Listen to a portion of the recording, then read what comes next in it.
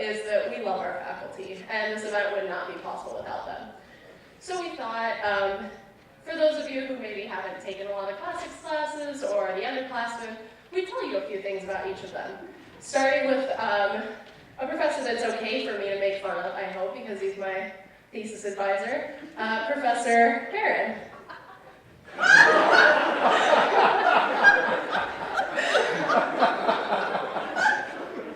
I was going to make a joke about this, but I don't think it's necessary. So for some of the faculty, we decided to put together a few things that we think you should know about each of them. So we're going to begin with Professor Barron, our wine, the unofficial sponsor. You might be seeing a lot of it lately tonight, I don't know. The landmark Herodotus.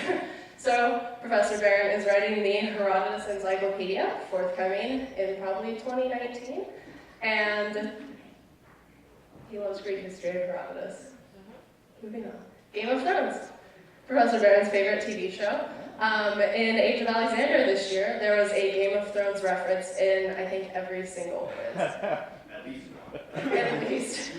The Newsweek app. So if you see a tall guy walk here on campus wearing one of these, it's probably Professor Barron. And Taylor Swift.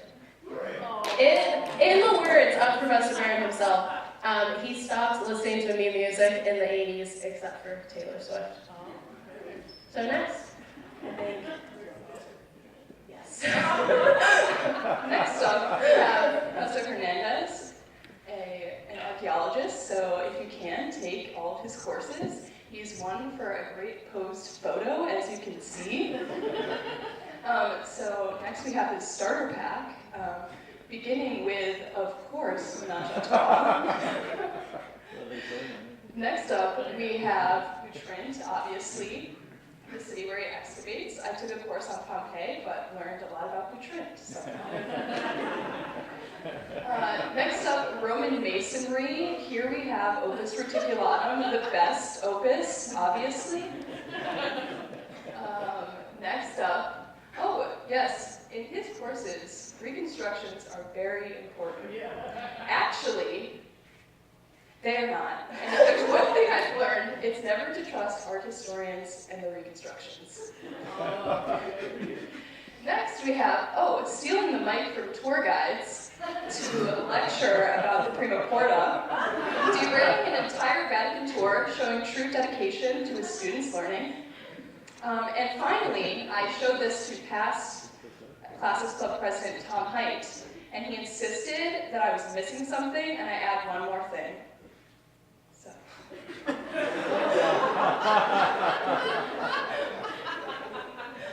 No explanation necessary. Moving on, our next faculty member is the beloved chair of our department, Professor Kostenko. So a few things to know about Professor Kostenko. Cicero. He loves to talk about Cicero. A lot of the Latin classes you'll take will involve Cicero in some way or another. The man bun.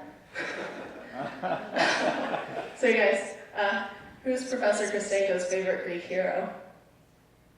Heracles. I got that joke from Professor Barron. Credit where credit is due. Airplanes, apparently. Libby works in the office, so she picks up on things. And I have learned that airplanes are a great fascination to Professor Kostenko. And whatever the hell this is.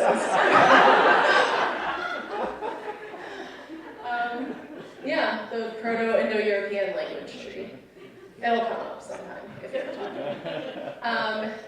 And our beloved club advisor, Professor Mazurek. This is vintage Sound of Classics material. So, oh my god. I guess we don't have the wine. Roman law. No explanation needed. Greek grammar. Fun fact about Professor Mazurek. If you ever miss a grammar question in one of his classes, he will remember forever. And he will ask you about that grammar concept. For me, it was athematic first principle parts. Even into the next semester, forever and forever, you will always get the same question. He has a great memory. And talking about saying nations. Go Wolfpack. And finally, Professor Schlegel. So a thing you need to know about taking a class with Professor Schlegel is that she is full of great wisdom and life lessons. So Connor Riley has embarked on a project for this entire semester, and I think he's going to tell you about it right now. Yes. The great thing about Professor Schlegel's class is not only do you find out all sorts of great knowledge about Latin and classics as a whole, but you also just receive brilliant life advice and some truly inspirational snippets of conversations. So if you want to show the first one, this is why we do it. This is the reason that we all are classicists. The great thing about being classicists is that you can never say the good old days were better. It's always been terrible. It's all about keeping your expectations low. And I ask you to keep the expectations low in mind when you're grading my next essay. Moving on. This is truly the most inspirational thing anybody has ever said to me. Came out of filming to world class last semester. You'll just, whenever life has you down, remember that you'll find your way in life. Everybody does. If you're even semi-competent. The bar for success is very low. I like that you memorized it. Yes, it's kind of my personal motto now. And the last one, this can be some of you may know Andrew. He will be up here playing the accordion later. And recently, he was feeling a little down in class one day, and Professor Schlegel noticed this and asked him, "Are you all right? You look like a consumption victim." Hopefully he has recovered from his consumption in time to regale us with music today. So we all have that to look forward to, we hope. So just remember, if you take a class with Professor Schlegel, keep your ears open, and you'll find out about so much more than you were expecting going in. This is the other part. All right, so I think it is time for our first performer, Riley Smith, who is going to be performing from The Sound of Music.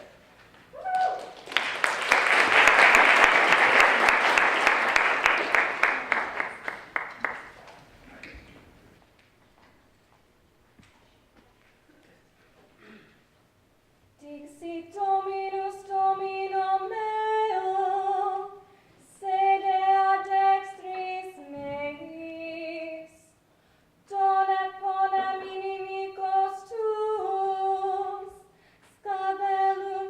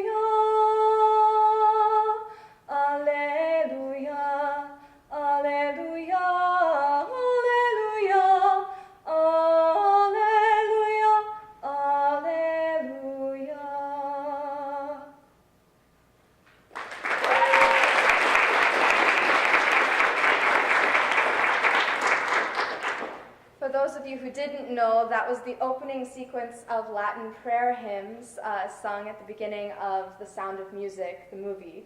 So I thought it only fitting that we began our Sound of Classics in kind. If you'll indulge me, I have 2 more songs for you. I hope you enjoy. Gaudeamus, gaudeamus omnes in Domino, diem festum celebrantes.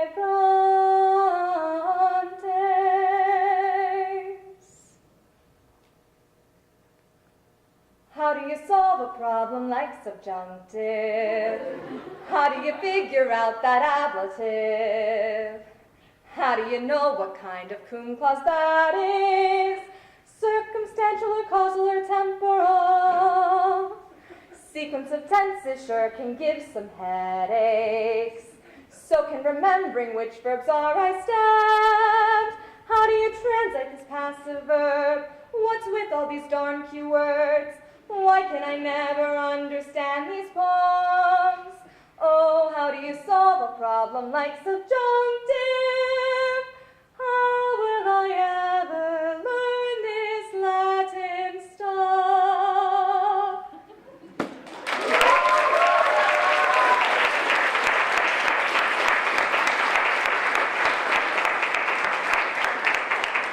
Thank you.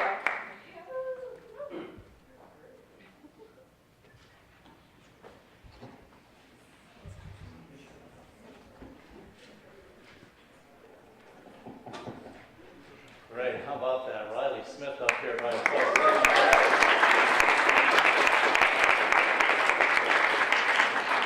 I'm going to kick off the Sound of Classics. And while we're talking about talent, how about Jackie Pilato's artwork? Jackie, are you here? Yeah, there you are, Jackie. You can see that. Just to be clear, this is not Jackie Pilato's artwork. She has talent, and her artwork was there on a PowerPoint rolling through before the show started. So I really enjoy putting on or helping to put on the show when we do it because I get to see the talent of our students in a way that we just don't get to see in the classroom.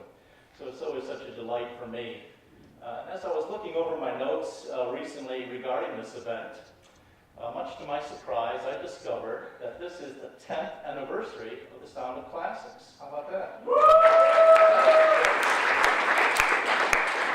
And I have actually survived those 10 years as a sponsor of this event, such as I am. So it occurs to me that maybe some of you would be interested in learning the etiology of this event. How did this all start? So because it has been 10 years and maybe some people have forgotten or just unaware, this all started 11 years ago with a very powerful dream that I had. So I'd like to share that with you. I dreamt, I fell into this deep sleep, and I dreamt that I was a tourist in Rome, walking around, seeing the sights, enjoying my gelato and a cappuccino. And inevitably, as all tourists do, I ended up at the Pantheon. And it seems like every tourist in Rome was there. And if you've been, I know many of you have, it's a real crowded space in there. So I'm, wrangling my way through, jostling through the Pantheon, but it's still so special being there. It's such a great space. I'm looking around in my dream, enjoying, the great architecture and artwork in there. But then, of course, you end up looking up at the oculus, that hole in the dome, and following that light down. And I come back and look down, and lo and behold, here next to me is Julie Andrews. I know, Julie Andrews. And then she reaches her hand out to me, and first I looked around to see if my wife wasn't looking, and she was nowhere to be found. So I took Julie Andrews' hand, and lo and behold, we start floating up above the ground level of the Pantheon. And I look down and I see the people there, and I look all around me, and there's this world-class dome there, and the thicker walls on the bottom, and the thinner walls on top, and the panels. And I look up at the oculus, and with the swoop of her hand like that, Julie just takes us up we burst out of the oculus in this squeal of joy. And I guess there's nothing Freudian about that. I have to talk to my therapist about that. But then we start floating over Rome, and I'm looking down at the city, and it's so beautiful. And then all of a sudden, the modern city of Rome just crumbled and receded away, and I was in ancient Rome. And the buildings were popping, there were temples coming back, and Julie took us over the ancient Roman Forum, and it was just so brilliant and white and dazzling white and the nice colors. And then we flew over the Colosseum, we did a couple of circuits around that, and there was games going on. I was just in seventh heaven, I couldn't believe it. And then she took me and we floated over the Tiber River, over Tiber Island, and I saw the Areopagus and the Mausoleum of Augustus, and we're going, and I see the Mausoleum of Hadrian, and sure enough, we're zooming up Etruria, up the Tiber River Valley, and I see down below me Catullus' estate and Pliny's estate, and I am just taking this all in, and I just can't believe it. Finally, we float down into this pristine alpine meadow with the beautiful wildflowers everywhere. And I was just so excited, I burst into song. I said, "The hills are alive with the sound of classics. It's a song they have sung for 2,000 years. And I was going to go on, but I hear this tapping on my shoulder. And I look around, and it's Julie. And she said, "Missouri, that's not for you." She said, "You have no talent to sing. Leave that for other people. You have no artistic, creative talent at all." Oh, I took it a little hard. But then she says, "All is not lost. Your talent is in organizing. You're disciplined, you know how to organize.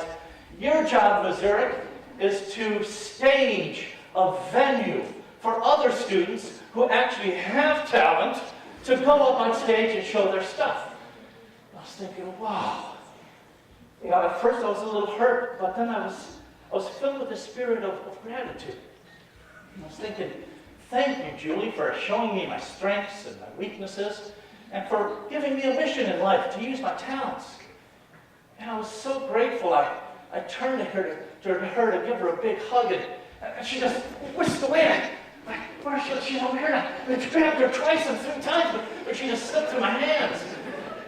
And kind of like a hockey puck through the pads of Morris in the Frozen Four, she just eluded me and she crumbled away. But then I saw her, and clear as day, I still see her in my mind's eye. She was floating off away from the meadow, with the Matterhorn in the background. And all I could hear her say ere she flew out of sight was, "Remember the sound of classics, Missouri. Stage the sound of classics." And then I woke up from this dream, and I was just filled with the sense. Well, first I took the pillow I was hugging and kissing, I put that off to the side. And then I was just filled with the sense of destiny and mission, and I knew exactly what I had to do. And here we are, 10 years later. How about that, huh? Woo, that was an amazing dream, but still so powerful in my mind. So if you indulge me, I'd like to sing, despite Julie's admonition to the contrary, a little ditty that she inspired in me. I can sense her presence even here today. She is the muse that inspires all we do here this evening. And she inspired this little homage to the Sound of Music, not quite the caliber of what Riley did, but here's my little version. But before I do this again, you gotta promise me you won't tell my wife that I have been frequently dreaming about conjugating with Julie Enders.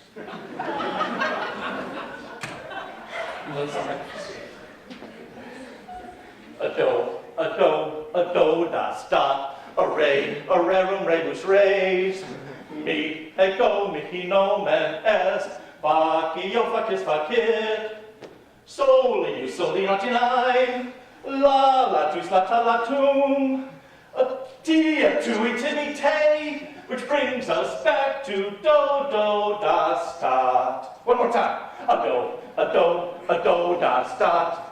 Re, rerum, rebus, res. Mi ego mi nomen est facio facis facit. Soli you soli noti nine. La latus lata latum. Tia tui tibi te. Which brings us back to do do das dat. Woo!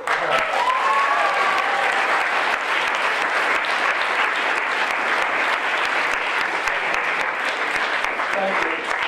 It's all inspired by Julie, but thanks very much. I can see you're getting warmed up. And now it's the time for the audience participation segment of this evening's performance. That's right. You didn't realize this, but this is your chance to let your inner classicist fly free. You ready? All right, this is how we're going to have some fun with me verbs. That's right. All you Hellenists out there, you know your me verbs. You love me verbs. Me verbs are your favorite. That's right. So the way this is going to work is going to be a little like row, row, row your boat. Okay? So I'm going to ask, I'm going to have to split you up in thirds.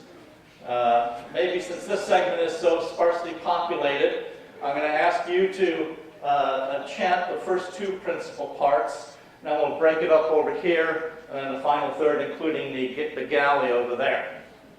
Okay? So just join in with me as I'm chanting.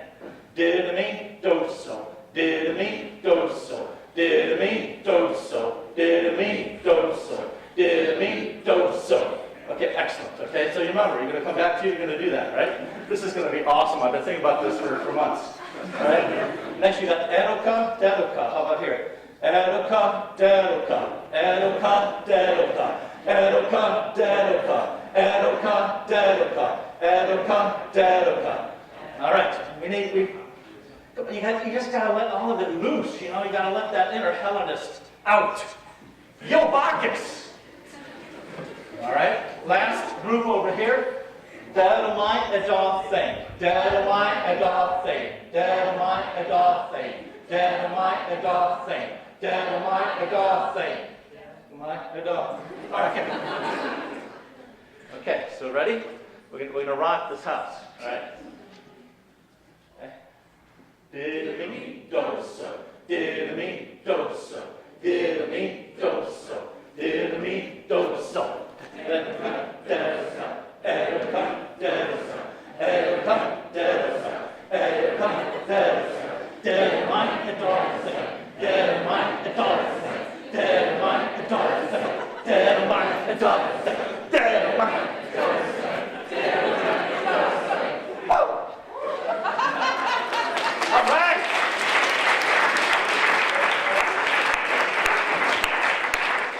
Sense that the force of the classics is strong here this evening. So we're going to have a few acts coming up, a few performances following along the same line, working with Greek and Latin verbs and principal parts and endings. So without further ado, I'd like to introduce to you our next act. Now this act is so viral that it's melting the interweb. I know they need no introduction, but this act is so viral, it's been banned by the CDC.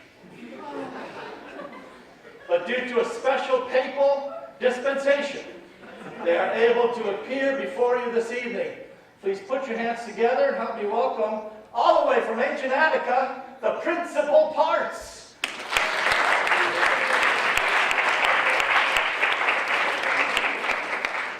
Good evening, ladies and gentlemen. We are here on behalf of Professor Pistone's beginning grade 2 class. Unfortunately, she could not be with us this evening, but we're here. We're going to do some principal parts. Audience participation is absolutely welcome. We've got our lyrics on the screen. We've got our tunes on the screen. So join in if you know the words. I'm sure most of you do. All right. London Bridge is falling down. Agoaxo egagon, itzae. My thing, agoaxo egagon, kaita loipa again. Agoaxo egagon, itzae, my thing, agoaxo egagon, kaita loipa. Great. going to talk about teaching because that's sort of what we're doing here, right? This is paideo to teach, right? Paideo, paiduso, epaiduso, pepaiduca, pepaidumai, and epaiduthe. That's our verbal paradigm. Again, paideo, paiduso, epaidusa, pepaiduca, pepaidumai, and epaiduthe. That's our verbal paradigm.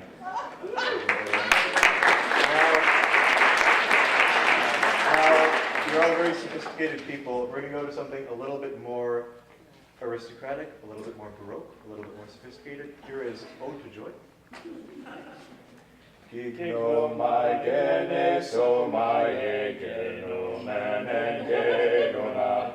Gegene mai, there's no six-part happen, be born, become.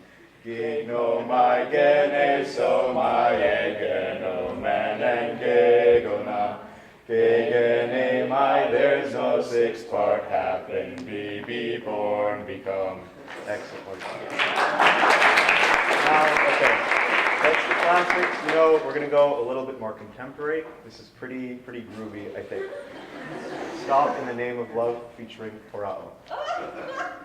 Oh, Rao Somai, Edon Heoraka, Eromai of Pain. Again. Oh, Rao Somai, Edon Heoraka, Eromai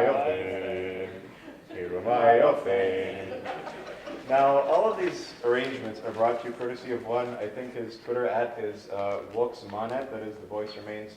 And Professor Pistone has told us about him in class. Now, she made a special request to this Mr. Voxmanet that he could arrange something to the tune of Bad Romance. So, by special request of Professor Pistone, here is Tithemi to the tune of Bad Romance. Tithemi teso etheka teteka, tithemai ethethen put place set. Oh, tithemi teso etheka teteka, tithemai ethethen put place set. Oh, tithemi teso etheka teteka, tithemai ethethen put place set. Oh, tithemi teso etheka teteka, tithemai ethethen put place set.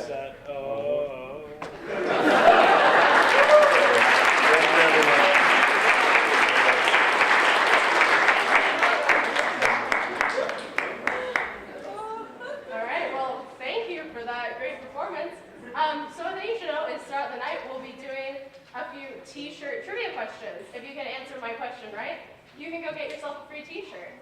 A note, I will not be accepting any complaints on the quality or fairness of trivia questions. Question 1. Raise your hand if you know the answer, I'll call on you. What was the exact population of Pompeii in 100 AD? Yes. 0. 0 is correct. You can claim your free shirt now or at the end of the night, whenever you would like. So, our next performance will be by Professor Schlegel's Roman elegy class. No? Oh, No. I am wrong. There's a different performance first? Yeah. Yes. Principal parts. Oh, I thought that was principal parts. All right, well, come on and finish it. My first mistake. Yeah. All right, so this is another principal parts for on behalf of Professor Missouri's beginning Latin 2 class. And beginning Latin 1. And it's based on a true story of what happens when we have to cram for Professor Missouri's exams. So enjoy that further. Okay, so you gotta study for this test. Yeah, I know. All right. Yeah. Who's here? All right. Okay. So give me the first declension singular. First occasion singular. I don't. Is as is. Good. Good. Yes. Okay. Now you go for it.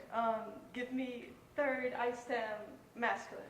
Is, ma, as, ibus, as, ibus. Oh, nailed it. Perfect. Thanks. All right. Now give me second declension masculine. Second masculine. Us, I, aurum is ons is. Nice. You got it. Thank you.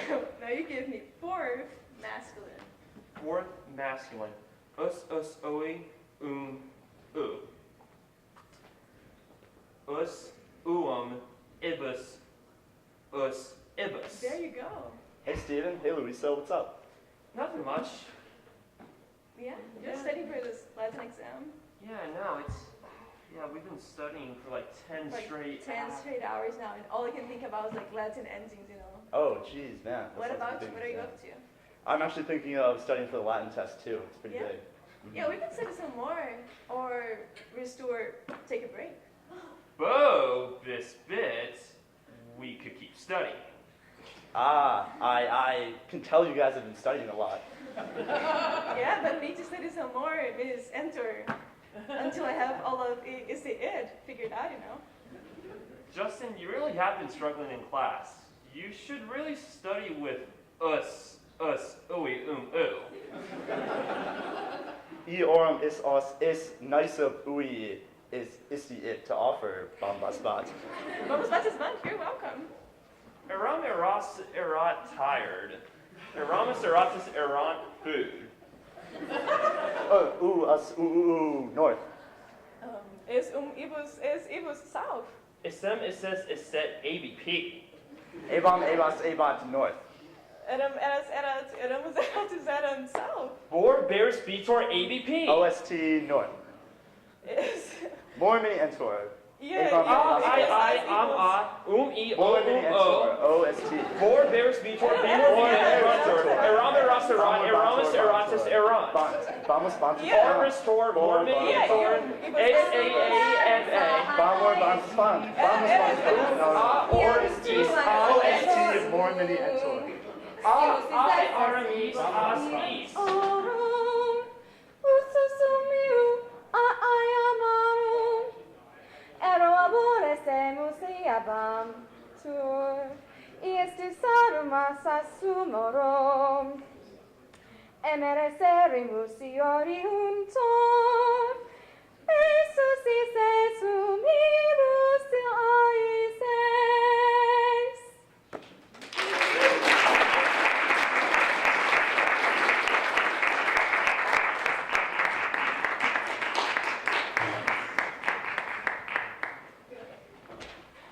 So now is Roman elegy, and Tracy is coming to give us a little introduction about the genre and what to expect.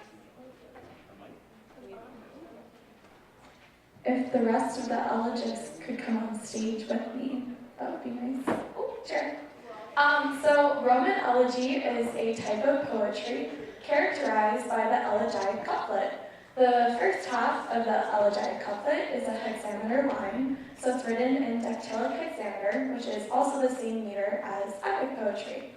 The second line is a pentameter, which has 2 feet and then a half foot, and 2 more feet and a half foot, differentiating it from epic poetry and leading to Catullus, one of the most famous epic poets, making a joke about love stealing one of his feet. The reason why he makes this joke is because up until that time, love and other such topics of emotion, hate, want, things like that were not super common in poetry. Epic was kind of the reigning genre. But the epic poets came in and did something different, both with their meter and their subject matter. So today we will be reciting some Propertius for you. So, my lines are from Book 1 of Propertius's Elegies, poem number 10, lines 19 through 24. And the English translation is, Cynthia taught me what always must be sought and what must be feared.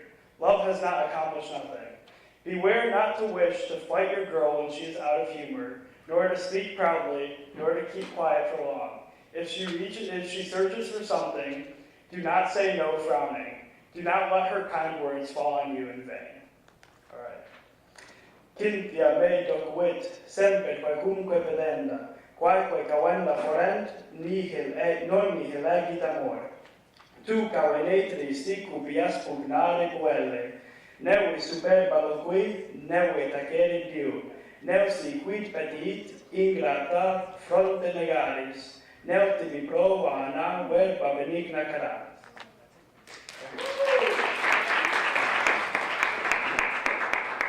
All right, mine is also from Robertus's first book, and then poem 1, lines 1 through 6. So the English is, Cynthia was the first to trap me with her eyes. I was untouched by love before then. It was Amor who lowered my gaze of endless disdain and pressed down my head with his feet. Until, heartless, he taught me to scorn pure girls and to live without plan. Cynthia prima suis miserum me que fidecalis. Contactum nulis ante cupidinibus, tu mihi constantis de lumina fastus, et caput in positis crescit amor pedibus. Do nec me dacuit castas odisse puellas, in probus et nullo we were reconcilio.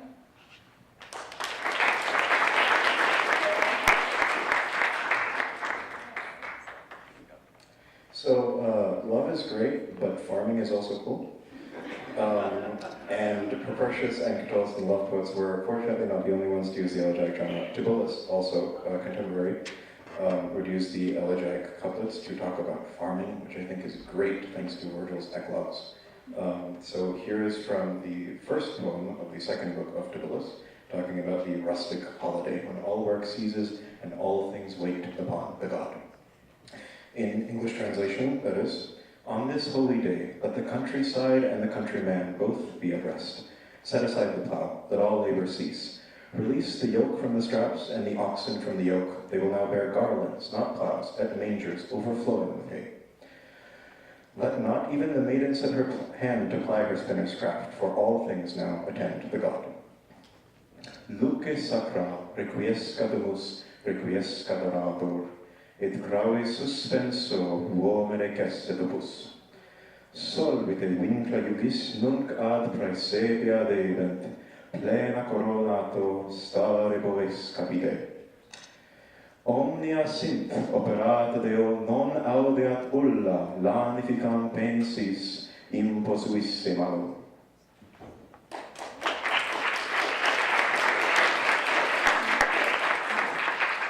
I was not aware we were only doing Propertius, so I decided to recite Catullus' Song 70. It's a very famous poem. You guys probably recognize the lines in English, if not in Latin. My lady said there is no one she would rather marry than me, not even Jupiter himself beseeched her. Not even if Jupiter himself beseeched her. She says this, but that which a woman says to her desirous lover ought to be written on the wind and swift water. Nulli se dicit mulierne a nubere male, quam mihi non si se, Jupiter ipse petat.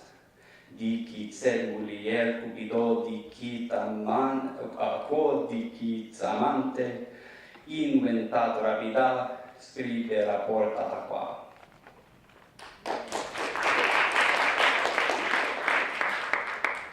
We thought it would be fitting to close with the last lines of, oh, never mind. We'll do it. I was going to do the ending of Propertius 12, mainly because I forgot to sign up. But the lines go, happy is he who can cry when his lover's present. Love gets its due when tears are shed. Or if scorned, he can change his lover's passions. There's also joy when servitude's transferred. For me, it can't be to love another to stop loving this one. Cynthia was the first. She'll be the last. Felix qui potuit praesenti flere puellae. Non nihil asper sis, gaudet amor lacrimis. Aut si despectus potuit mutare calores. Sunt quamque translato, gaudia servitio. Mi nequa mar aliam, nequa bacte sistere fastes. Cynthia prima fuit, Cynthia fine serit.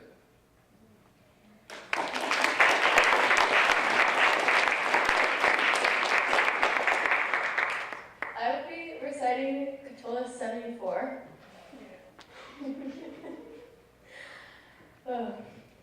Gelius avapire patro viugare solere, si questelicias, dicere dal faceret, hoc nipsa quiderit patrui per dipsuit ipsa, uxorit patruum, redidit aur pacretum, quod voluit fecit nam quavis irrumit ipsum, nunc patrum verbum non faciet patruus. You need a translation. Gellius had heard that his uncle was accustomed to scold anyone should they talk about or do the sweet things. Should this not befall him, he had sex with his uncle's wife. And he turned his uncle over to the god of silence. He did what he wanted. For now, should he even force oral sex on his uncle wouldn't say a word.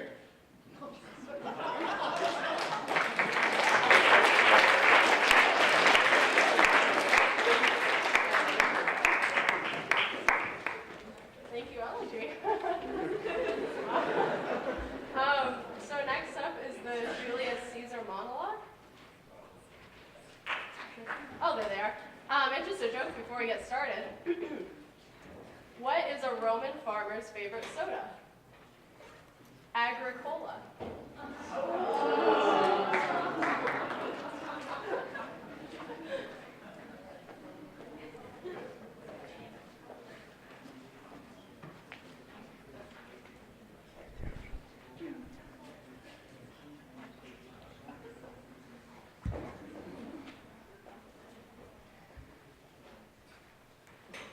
Daryl's playing a dead body today.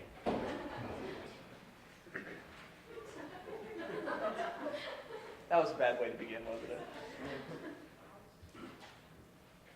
Friends, Romans, countrymen, lend me your ears. I come to bury Caesar, not to praise him. The evil men do lives after them. The good is oft interred with their bones. So let it be with Caesar. The noble Brutus hath said that Caesar was ambitious. If it were so, it was an egregious fault, and grievously hath Caesar paid for it. I come here under leave of Brutus and the rest. For Brutus is an honorable man, as are they all honorable men, to speak at Caesar's funeral.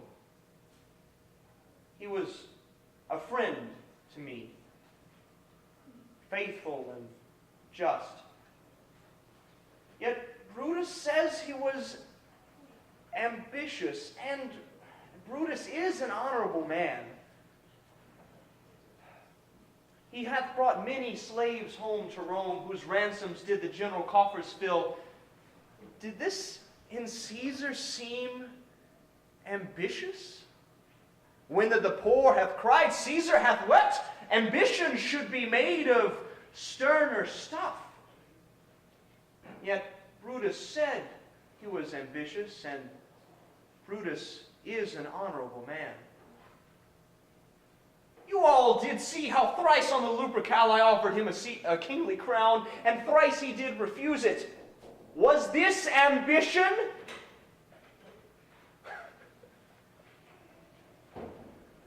But sure, Brutus is an honorable man.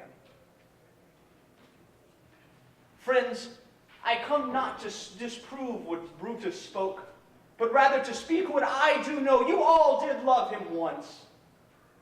What cause withholds you then to mourn him? O judgment! Thou art fled to brutish beasts, and men have lost their reason.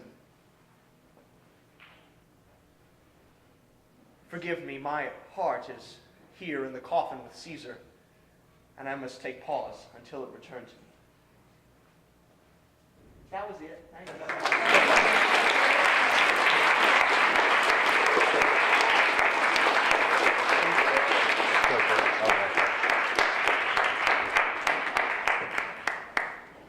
Okay, so next up we have the Biondo Band, starring Andrew Biondo, Professor Tully Bouet, and others. others. So if you guys want to come up and start getting set up. And in the meantime, I have teacher trivia number 2. Raise your hand if you know the answer. I'll wait.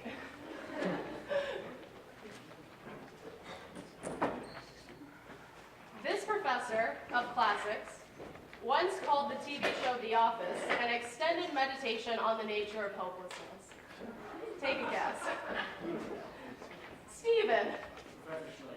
Nope, incorrect. I'm sorry. Yes. Professor Barron? Professor Barron is incorrect. I'm sorry. Tom Collins. Professor Costango. Professor Costango is correct. All right. Whenever you're ready. If you'd like to. So we will start with a Celtic song, which will be played by Madeleine, and then we will sing together two songs from Naples. And you can join us, and there will be a special conclusion. Surprise.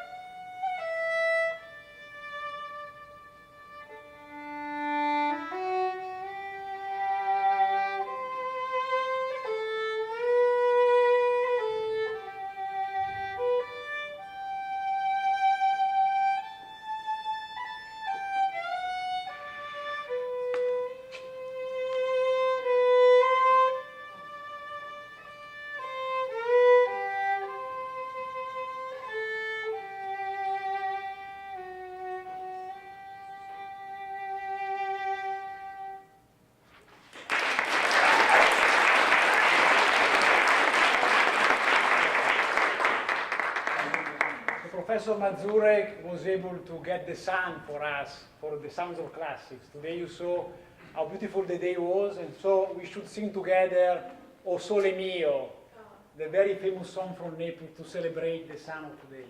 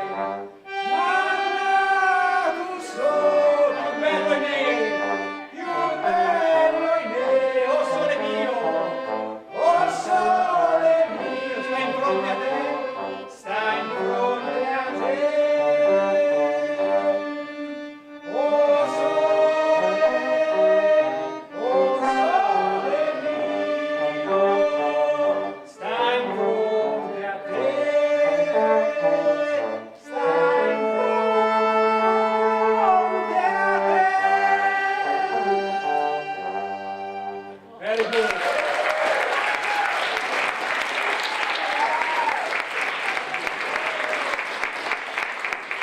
Now, after the sun, a song of love. It's the beloved who tells his girlfriend, comes back, because if you don't come back, I can't live anymore. This is a very, very popular song from Naples. The title is Torna a Sorrento, come back to Sorrento. Sorrento is a little town close to Naples.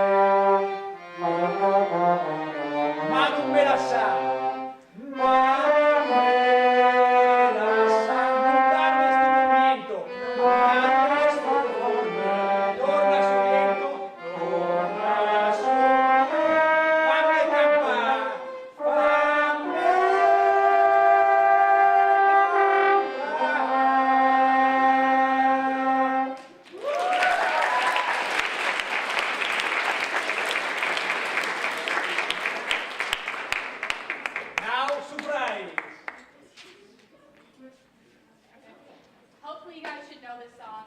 And You're absolutely encouraged to sing along and clap along if you so wish.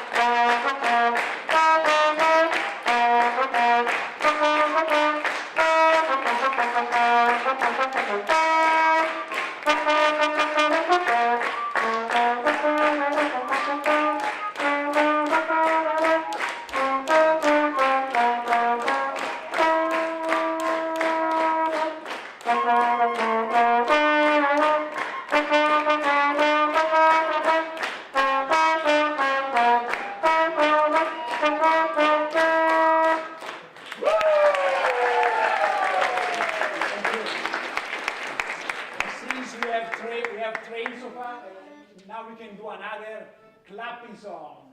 Maestro!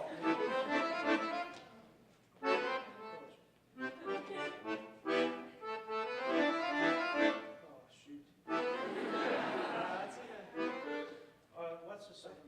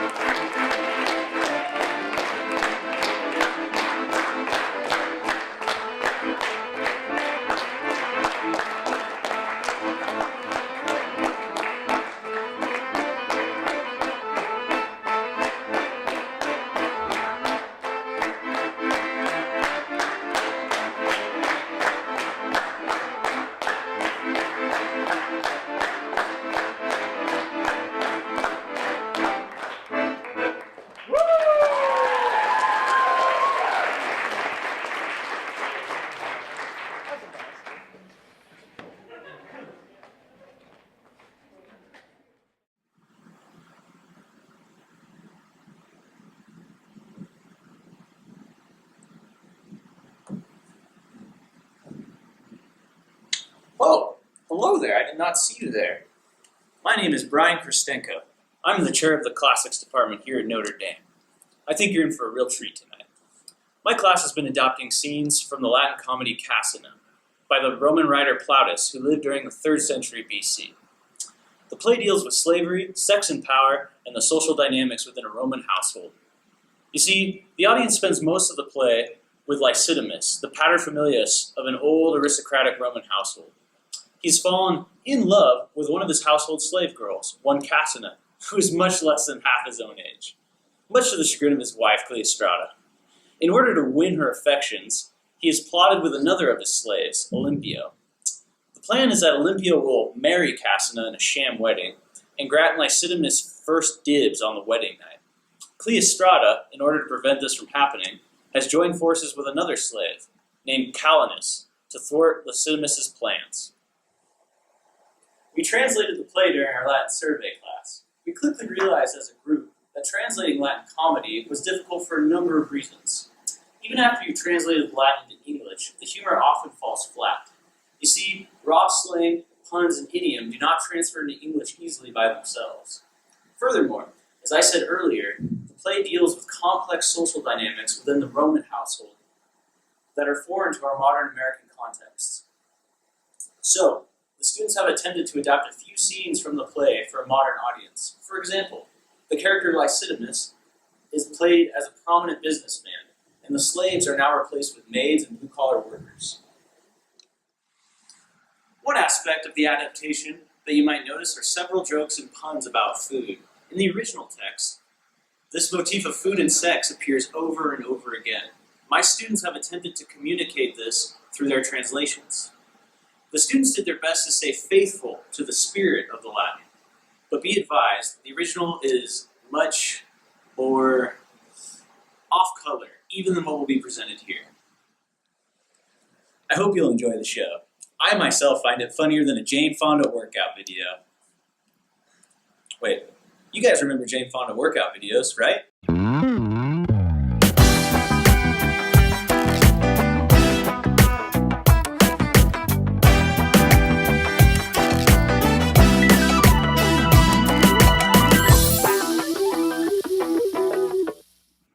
You can tell the Dawn that there's no deal. Olympio, my man. Here we go. What's going on? I'm sending him back into the city to you. Oh, if I see Calenus around, I was going to make him go work for you, go buy everything, just add a little more insult to injury. Nice. All right, should be good to watch from back here. That way they won't notice me. I don't know why he's so dressed up though. Screw it, either way. I'll see this through to the end. Look at me. Do I deliver or do I deliver? I'm just astounded that you're actually going to get with Cassina. And your wife's having your own thing? Oh my God, I'm so excited. Oh, you did such a good job. I could hug you right now. Come on, come give me a hug. All right. Come give me a hug. All right, we'll do it. What? Kiss him? What's going on in there? Oh yeah, your musk. It's invigorating. It's enchanting. It's positively captivating. Is he trying to choke him out or in wrestling? All right, man. I think we've had enough. You know, we're just friends here. Yeah. Save it for Cassina. Right. He's a switch hitter. Oh God. I guess that explains the Christmas party from 2 years ago. Yo, let's just take a hot sec and reflect on how it came through today. No one could have done this but me. You're right. You're helping this gambit. I'm forever in your debt. In fact, I think this could be the start to a wonderful partnership. Oh, I've been translating it wrong the whole time. He's after Cassina. Jesus. This book's a lie. But I can't stand the anticipation.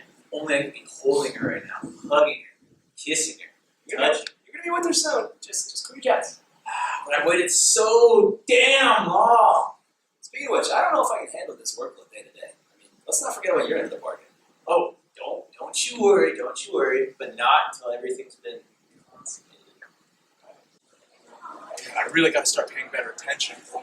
But if I play this right, I can kill 2 stones with 1 bird. My buddy Al over there down the hall, he's gonna let me use his guest house. That's nice. What about the wife, though? She shipping off to Long Island for the weekend, or what? Look who you're talking to here. I've got it all figured out. I built this business from the ground up, and this isn't gonna stop me. See, I'm having my terrible wife call his terrible wife, and they're gonna help each other out with the preparations for your wedding. They'll drink Chardonnay and do whatever women do before a wedding and get everything figured out for us. And I told my wife she has to do it. She's not stupid enough to cross me. So, here's what you're gonna do. Let me write this down. Let's see. Pull the notes up, you know. Yeah. Not texting. All right, I'm ready. So, you're gonna take our little bride after the ceremony over to the honeymoon suite. But really, we're just gonna go to Al's guest house. And then we'll consummate the marriage for you. Now, when that's all done, and it probably won't take too long, if I'm being perfectly honest. Of course, we'll take her over to the actual hotel, and you can enjoy your new marriage. Oh, props. All right. This is great. You 2 just keep sticking to the script and everything's gonna come my way. All right, so here's what I need from you right now. Lay it on me. All right, so here's what you're gonna do. You're gonna take my card, unlimited spending, all right? I want some late night hors d'oeuvres. Only the classiest treats from my loot. Dope. We're talking caviar. We're talking stuffed wrapped in bacon. We're talking escargot. Don't forget the clams while you're at it. Ooh, and oysters. Those are supposed to be an aphrodisiac, right? Get lots and lots of those. All right. All right. This could not have worked out better. I've got them red-handed. Now, provided, of course, that my mistress is taking care of what we plan to do inside, then these gentlemen will rest assured get their just desserts. All right. Oh, should I get some mignonette? What, God green earth is mignonette? It's like fancy vinegar sauce. Oh, vinegar. Yeah, I hate vinegar. Pretty sure my wife is 70% piss and vinegar. Well, I mean, for the occasion, only, what's it say? Cream de la cream, right? Yeah. Now get the hell out of here. Now? Yes, did I stutter? Go! God! Remember, money's no object. Get as much as you can carry. I'm pretty sure we're going to work up quite an appetite. Now I'm going to go see Al and make sure he didn't screw anything up.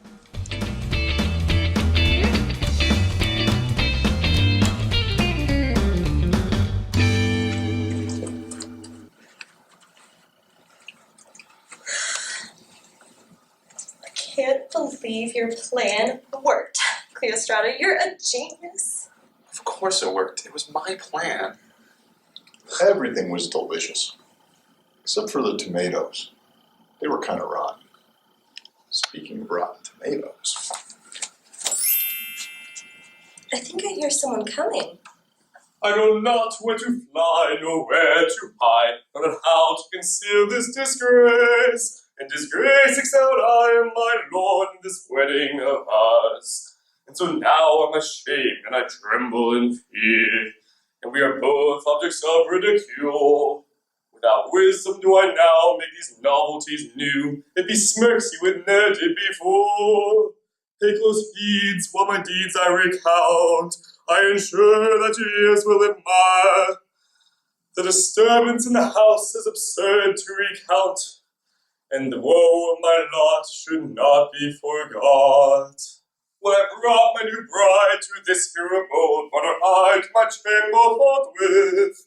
But indeed there were shadows such as hand in a way. While the man was away, I spake, well, this is swell.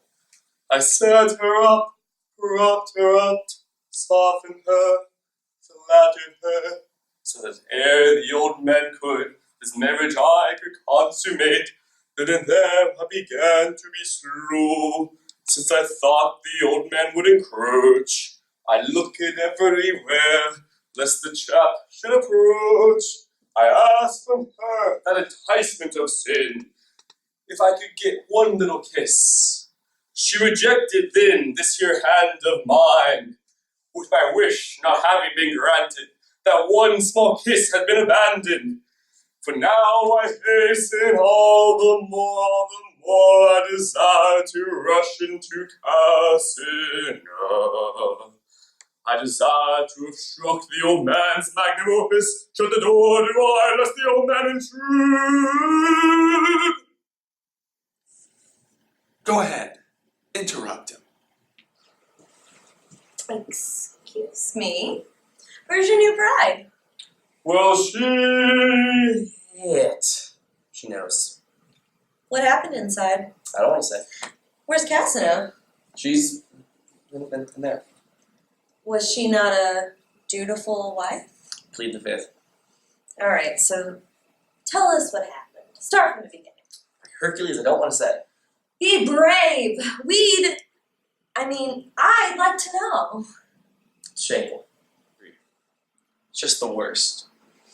Well, everyone listening will be sure not to do it. Well, it was bigger than I expected.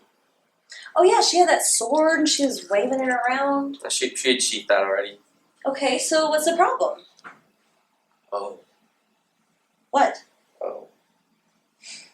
You seem to have a huge problem. It was big, all right. So, when I started looking around to see if she had a sword, I grabbed a hilt.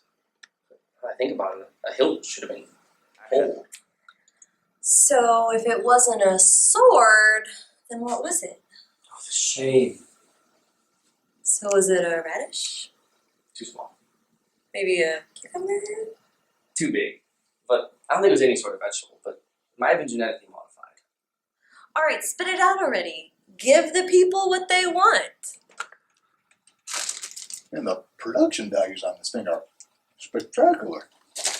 So I was talking to Cass and I said, hey, won't you let me holler at you? Why are you doing me like this, boo? And all she did was cover up her. So when I saw that I couldn't go in that entrance, so I have to go in the back door, now she seemed more interested. So she lay down on the bed, lured me with her eyes. I came over and knelt down beside her and felt her broad shoulders. Wait, you still weren't convinced? Well, I leaned down to kiss her, and I felt a beard where there should have been smooth skin. And so I got up suddenly, and she ninja kicked me off the bed, and I fell off. She sucker punched me, and so I just ran out as quickly as I could, because I wanted the old man to get a taste of his medicine too. And that's why I see me like this now. That is fantastic. Wait, I hear something. I think she's coming.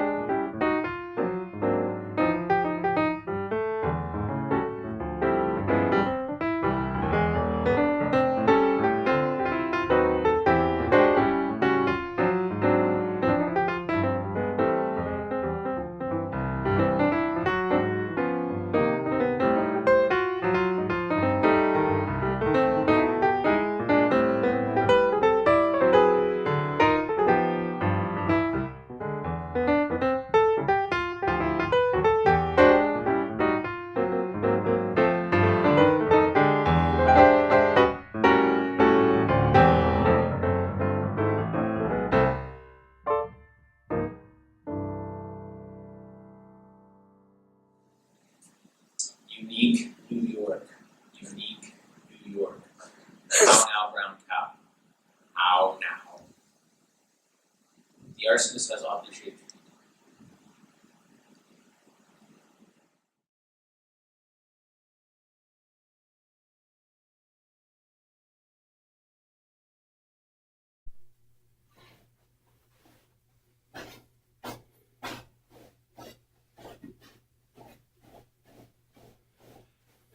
Lay it on me, Calinus.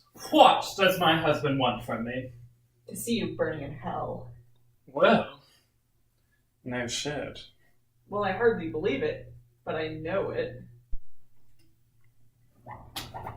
Why, I'm a better swindler than I thought. True prophet, this one. Come, let us rise up and meet them. Well now, what have we here? Well, everything you asked for is here. Your wife, the lots, and the urn, and yours truly. You're already more than I wanted. Ah, that's right. I'm the one you have to deal with right now. Be quiet, Linus. You have to make him listen. Ah, some people don't get on their knees as easily as others do. Now, let's get this ready. Give me the lots. Give me the lots. Pay attention. Pay attention. And you, babe, I'd hoped you would just be able to be persuaded to give Cassandra to me, and I still think I may find a way to make that happen. She'd be given to you? Yeah, to me. No, to him. I meant to say for me. So I got all mixed up. Fuck. You did mean it, and you're still doing it. Yeah, to him. To meant to me. That's what I said. It sounds fine. Oh God, this is a struggle for you. Now listen, babe. This is what happens when you really want something. Like, come on. Me and my boy here, we are imploring you. Oh God, what is it? Yeah, see, here's the deal. I was hoping, sweetheart, that you would give Cassandra as a gift to the manager. I'm not doing that. Okay. Well then, listen to this. How about we draw lots for it? What's stopping you? I judge this to be the best and fairest by law. At last, if it shall turn out as we would want it, then shall we rejoice. Line, please. Otherwise, if not, we shall suffer with calm minds. Hold your lot, see what has thereon been written.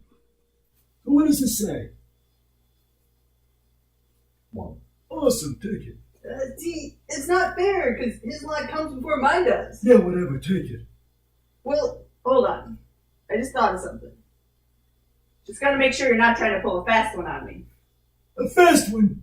You piece of shit? You think I'm an SOB like you? No, keep your pants on! Or don't. I hope it works out well for me. I hope it doesn't. No, it'll work out well for you. I know you're a good guy. But hold on, what's your lot made of? Why should you care? 'Cause I'm afraid it'll come to the top. Yeah, whatever. Forget about it. Toss him in. You see, babe, it's all fair. It's all good. No, don't listen to your wife. Yeah, don't stress out about it.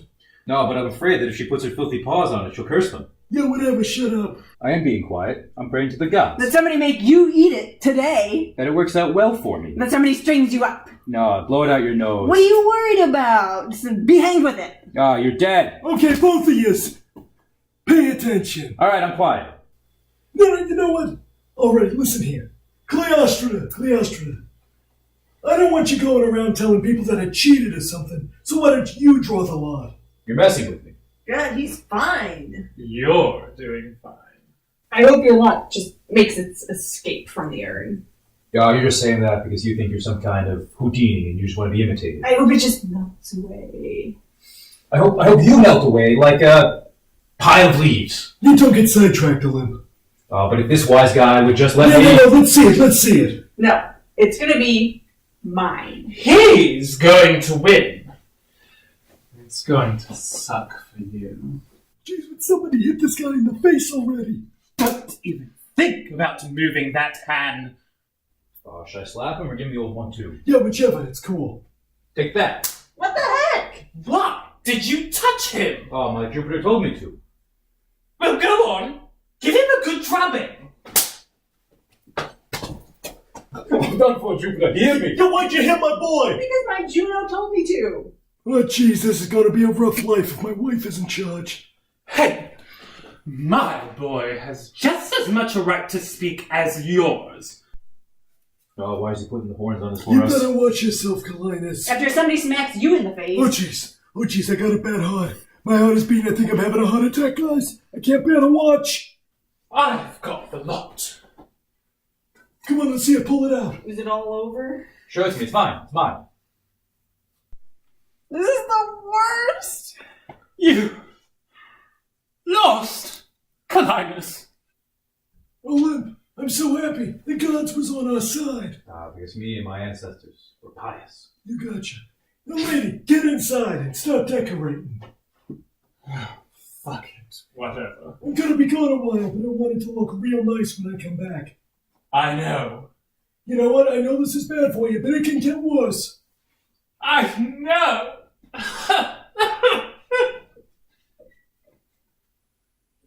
Come on, Olympia. Let's go inside and make sure they hurry up. Then what are we waiting for? Yeah, we can't say much when we're around him. Let's go.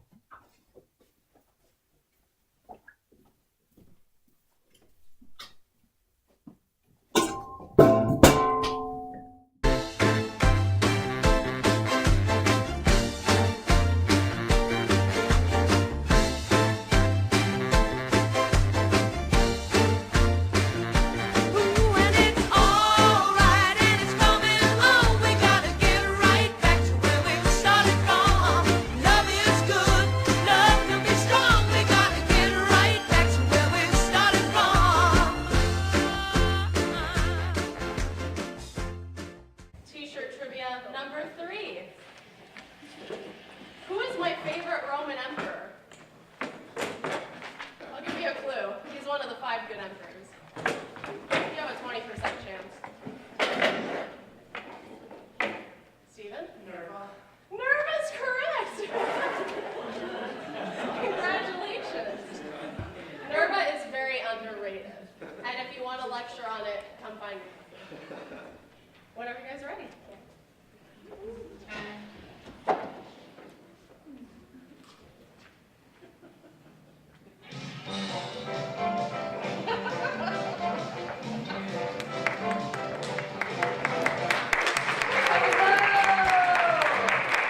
It is time for Family Feud. I'm your host, Steve Harvey, inexplicably inserted into a skit about ancient Rome. All right, here we go. Introducing, from the great city of Carthage, Dido. And Hannibal. All right, and from the great state of Rome, Aeneas.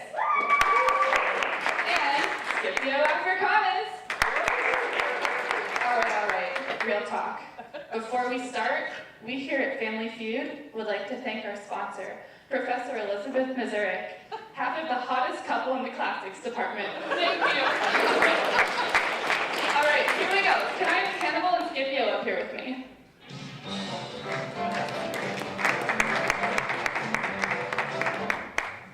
Okay, wait. That's not that type of competition.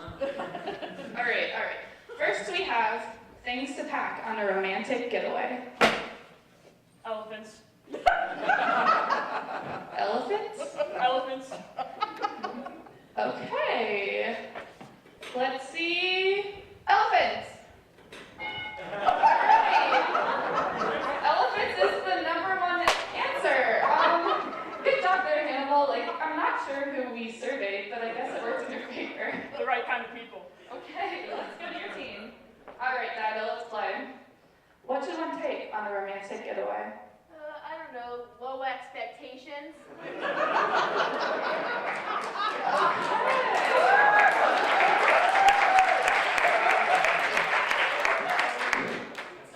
Show me low expectations. Sorry, sweetie, that's not on the board. But out of pure pity, I'm gonna give you another shot.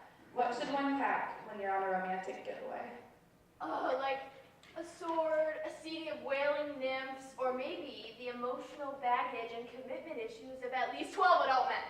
Okay, I'm just gonna stop you there. I just know that was not right. So we're just gonna take it over to the Romans. Okay, Aeneas, you're sort of a Roman. I'm not a Roman. Okay, well, a Greek? I'm a Trojan? Right, a Roman. Alright, you think you can win one for your team? I mean, I think so, but if I can't, I'd really appreciate not having any of the responsibility or, the blame. Okay, well then, things to pack on a Roman to get away. I mean, I don't even know how to answer this question. I generally pack pretty light. This one time, I was leaving Troy, and I got all my penates into one suitcase. Am I right? I'm pretty proud of it, but my wife says I'm pretty forgetful. Do you have an answer anywhere in that mess? A toothbrush! A toothbrush. I would bring a toothbrush. Toothbrush. Okay, yes, thank you. Show me toothbrush. Yes, well done, Romans, well done. All right, go up the stool. Alright, your question is, name something a man might do for you on a first date that makes you think he is husband material. I really like it when a man tells me all about his past and all the friends he's left to die. Alright, show me creepy stories. Yeah, sorry, that's not an answer. Aeneas, you can steal. I mean, like, okay, don't all women want a man to take care of them? Like, someone to build their temple, fix their roof, and stuff like that. I never asked you. I just asked you not to leave. Okay, I asked for the hold on one. 1 second.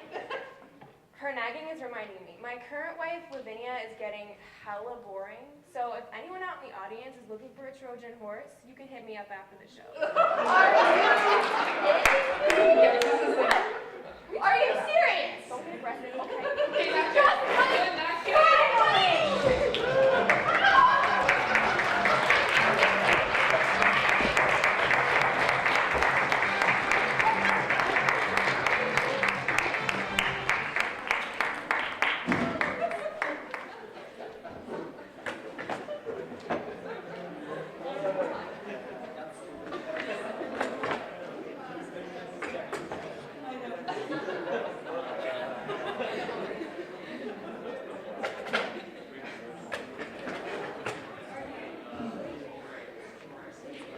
Next up is the history of ancient Rome as performed by a rapper. Our rapper tonight is Joseph Hagman. And while he's psyching himself up, I have another joke for you. How do you split the Roman Empire in half? With a pair of Caesars. Oh, take it away, Joseph. Thanks for that rousing introduction, Alyssa. This phone has two purposes tonight. Number one, it serves as a barrier between me and the audience and protects me from your judgmental eyes and disapproving stares. And second, it has the words on it. So, without further ado, I got that ancient Roman love. Now what you hear is not a test. When it comes to Rome, I am so obsessed. So let me take you through the history of the greatest civilization that'll ever be. We start a story with the end of the Battle of Troy. Aeneas, son of Venus, ran off with a small convoy, got away from that place. He went and found a city, made some enemies along the way, but oh well, what a pity. A few generations later, here come Romulus and Remus, born of bars and ready to sail. The other story isn't seamless. A she-wolf suckled them, a shepherd man snuggled them until they grew up big and strong and beat the man who knuckled them. The brothers set out to found a new city. Little did they know, it's the Eternal City, the greatest place to ever be constructed here on Earth. But sadly, its beginning is a rather bloody birth. Romulus saw 3 + 9. Then he snuck up from behind, stabbed his brother in the back. Pick it up, pick it up, pick it up. You could go with this, or you could go with that. The brothers want a city, but get into a spat. Romulus kills Remus, and upon his brother's blood, he builds up the foundations. The city starts to bud. Romulus invites all kinds of folks to town, but he's got a big problem. There are only dudes around. He invites all the Sabines over for a feast, but the women find themselves in the belly of the beast. Snap back to reality. Oh, the men retaliate. Oh, it all escalates. Oh, they want to mutilate. Oh, and the women prove that they're not featherweight. Stop the men from fighting because they already consummated the marriages in the beds and have the Roman children. So there's a truce instead. Now they're all correlated. And now it's consecrated that the kings rule. Uh-oh, until the seventh king is cruel. Tarquinius is out and the republic has begun. They won a bunch of battles, but they can't beat everyone. The Galaxac crushed their hopes and made them crack. In 390 took an L, but the Romans bounced back. They said, I don't fuck with you, Carthaginians. The power grew. Pyrrhic victories couldn't make the Romans cease. Nah, nah, nah, nah, wait till those Romans come to fight. Whoa, I had a dream, Carthage didn't learn its lesson. When I woke, I heard of Hannibal's aggression. Whoa, crossed the Alps with his elephants. Took some cities, cause plebs hated Ellie's elegance. What do? We do away. We retreat like Fabian used to say. Recollect and get reflective. Then Hannibal will get rejected. Nah, nah, nah, nah, wait till those Romans come to fight. Nah, nah, nah, nah, then you can't tell them nothing, right? Why do we do away? Going to Carthage with one general and one general only. And it balls so hard, Scipio want to find him.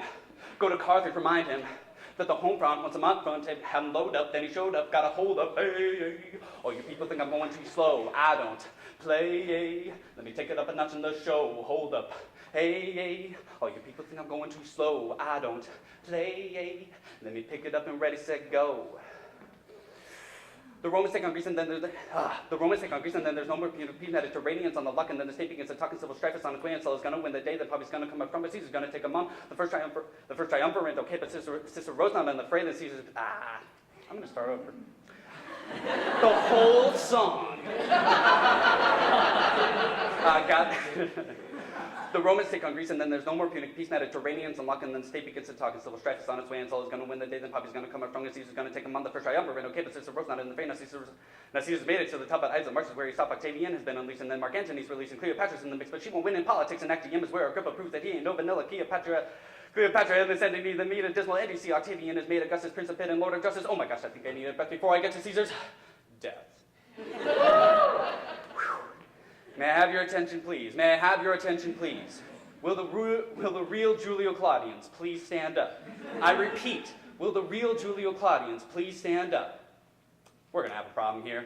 Y'all act like you never seen Tiberius before, but Germanicus is gone, so this man's got the floor. We'll hate him till he dies, and then we get Caligula. Boy, he sure is crazy, and he sure doesn't obey the law. Hi, my name is what? My name is who? My name is Claudius. Got assassinated by the younger Agrippina. Nero plays his lyre while Rome burns. What a wiener. Wants to be a great musician, then he kills a bunch of Christians. People set out on a mission, relieve him of his position. Then the year of 4 more successive emperors. The Flavian line became the great temperors. For a while till the mission ruined everything. But after him, let me tell you, all the people sing about the 5 next emperors. All good ones. Nerva, Trajan, Hadrian, and none of them picked their sons for successors. Neither did Antoninus Pius, but the last one did. Poor old Marcus and his bias. Commodus sucked. Next is the Severan line, but I'm afraid that I'm starting to run out of time. A couple honorable mentions, Domitian and Constantine. The empire goes out with a murmur, not a scream. It passes to the church. Some say it's alive today, and when you see it, you'll know it'll make you want to stay and learn about it forever, or at least until you pass, and meet all of the ancient heroes on the Elysian grass.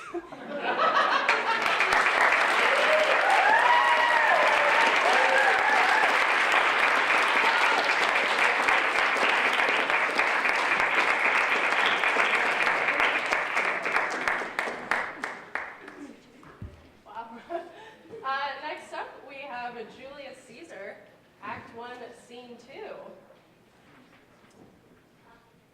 So while they're setting up, time for teacher trivia number 4. This is also Name the Professor. This classics professor once said, if Antony had won, we'd all be worshiping Isis, and it would just be easier. Tracy Shira. Professor Schlegel's correct. All right.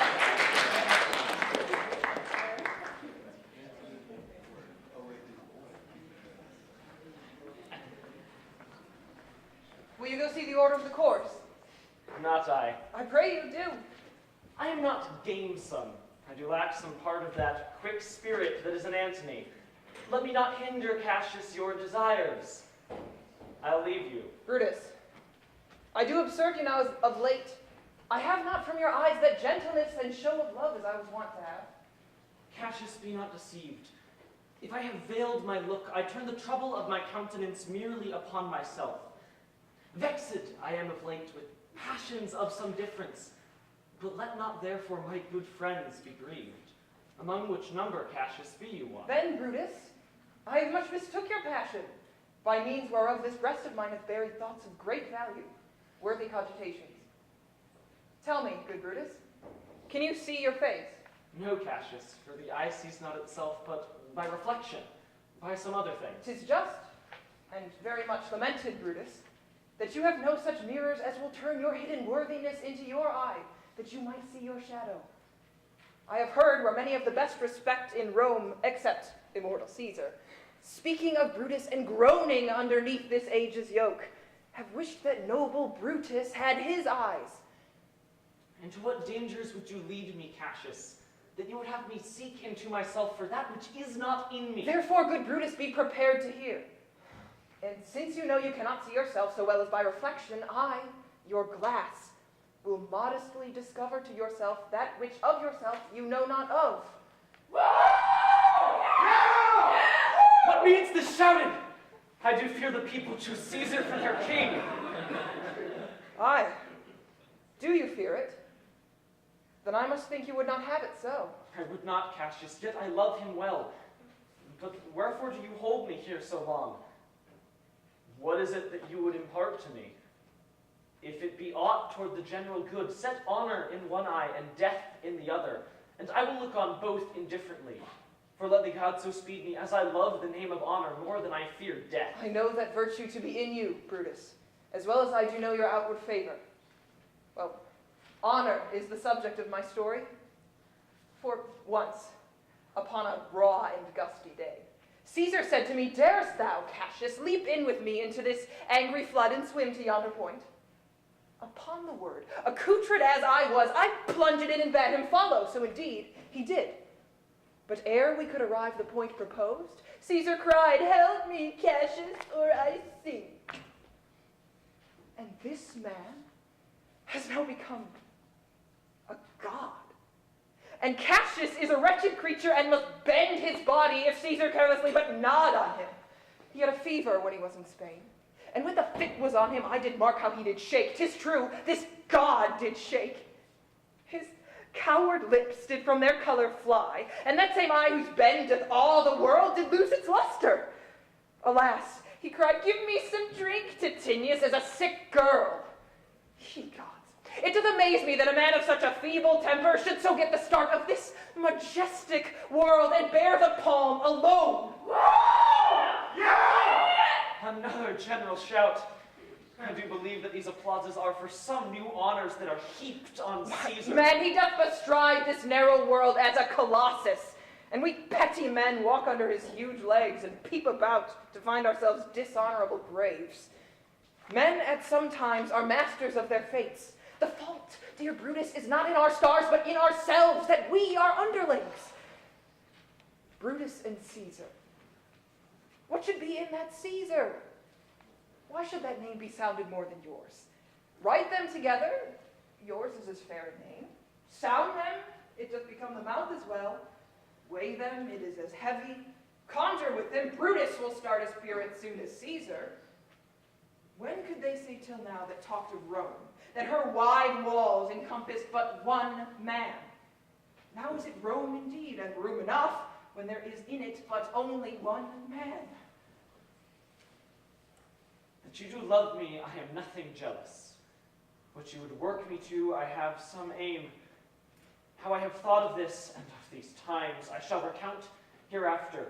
For this present I would not, so with love I might entreat you, be any further moved.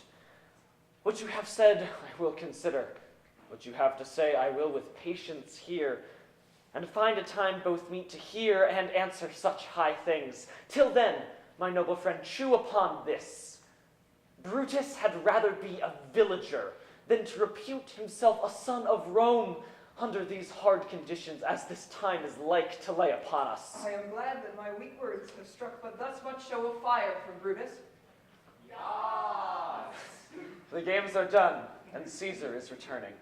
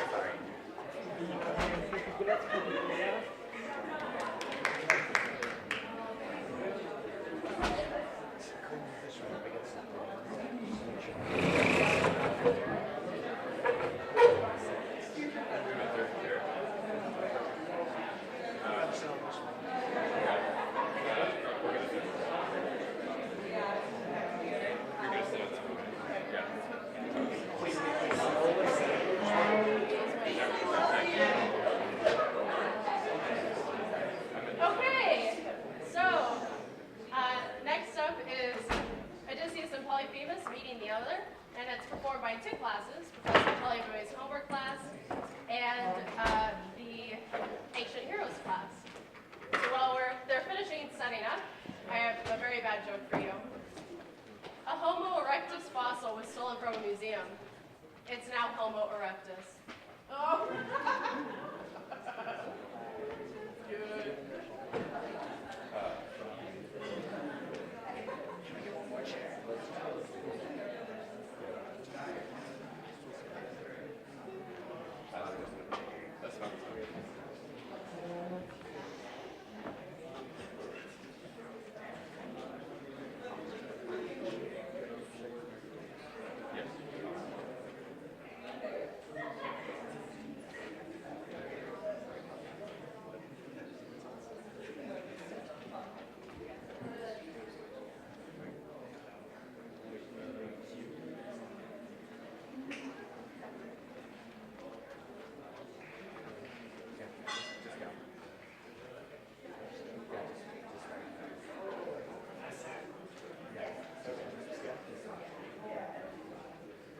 Demonicus, above all mortals I prize you. Come to another part of the story. Sing us the wooden horse, the stratagem great Odysseus filled once with men and brought it to the upper city. He spoke, and the singer showed his song, beginning from where the Argives boarded their well-benched ships and sailed away after setting fire to their shelters. But already all these others who were with Odysseus were sitting hidden in the horse, in the place where the Trojans assembled. He sang then how the sons of the Achaeans left their hollow hiding place and streamed from the horse and sacked the city. So the famous singer sang his tale, but Odysseus melted, and from under his eyes the tears ran down, drenching his cheeks, as a woman weeps, lying over the body of her dear husband, who fell fighting for his city and people, as he tried to beat off pitiless day from city and children. Such were the pitiful tears Odysseus shed from under his brows, but they went unnoticed by all others but Alcinous alone understood what he did and noticed. Hear me, you leaders of the Phaeacians and men of council. Let Demodocus now give over his loud lyre playing. Ever since we ate our supper, our guest has never ceased since then his food, then his sorry lament. And you, guest, do not longer keep hiding now with crafty purposes the truth of what I ask you. It is better to speak out. Tell me the name by which your mother and father called you in that place, and how the rest who live in the city about you call you. Tell me your land, your neighborhood, and your city. Then resourceful Odysseus spoke in turn and answered him. You have asked me to tell you about my sufferings. What then shall I recite you first of all? What leave till later? Many are the sorrows the gods of the sky have given me. Now first I will tell you my name so that all of you may know me. I am Odysseus, son of Laertes, known before all men for the study of crafty designs, and my fame goes up to the heavens. I am at home in sunny Ithaca, but come, I will tell you my voyage home with its many troubles. After the fight with the Caconians, from there, grieving still at heart, we sailed further along, and reached the country of the lawless, outrageous Cyclops, who, putting all their trust in the immortal gods, neither plow with their hands nor plant anything, but all goes for them without seed planting, without cultivation. These people have no institutions, no meetings for councils. Alloi mennun mimnet moi erieres et aeroi. Au paragos mun ei ite käy me moiset aeroisi. El ton dantron peres mai hoitenes eisin. Eroi huperistai tekei agria kuuteti kaioi. Ei vilokseen noi käy sinna asesti teudes. Lightly we made our way to the cave, but we did not find him there. He was off herding on the range with his fat flocks.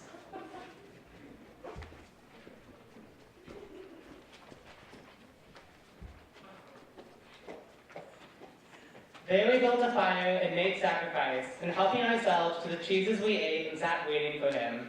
Inside until he came home from his herding. Polyphemus carried a heavy load of dried out wood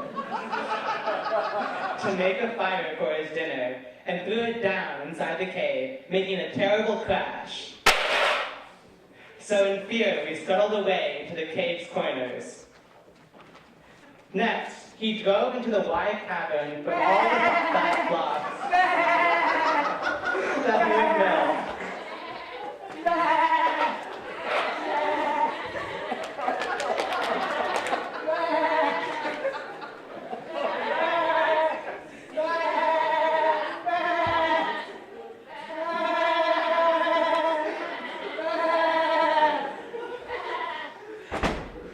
Next thing, he heaved up and set into position the huge joystick.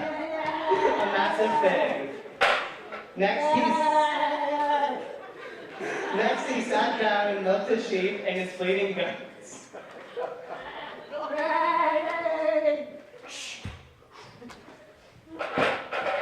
Og se nooit in de zesde patent play tugra kaleota. Heite ta dricks in ne matse de osala leise. Hoi te lei istere super alla toi kala ontai. Zu has parte me noi kakanala da poise ferontes. So he spoke, and the inward hardiness was broken. In terror of the deep voice and for seeing him so monstrous, but even so I had words for an answer, and I said to him,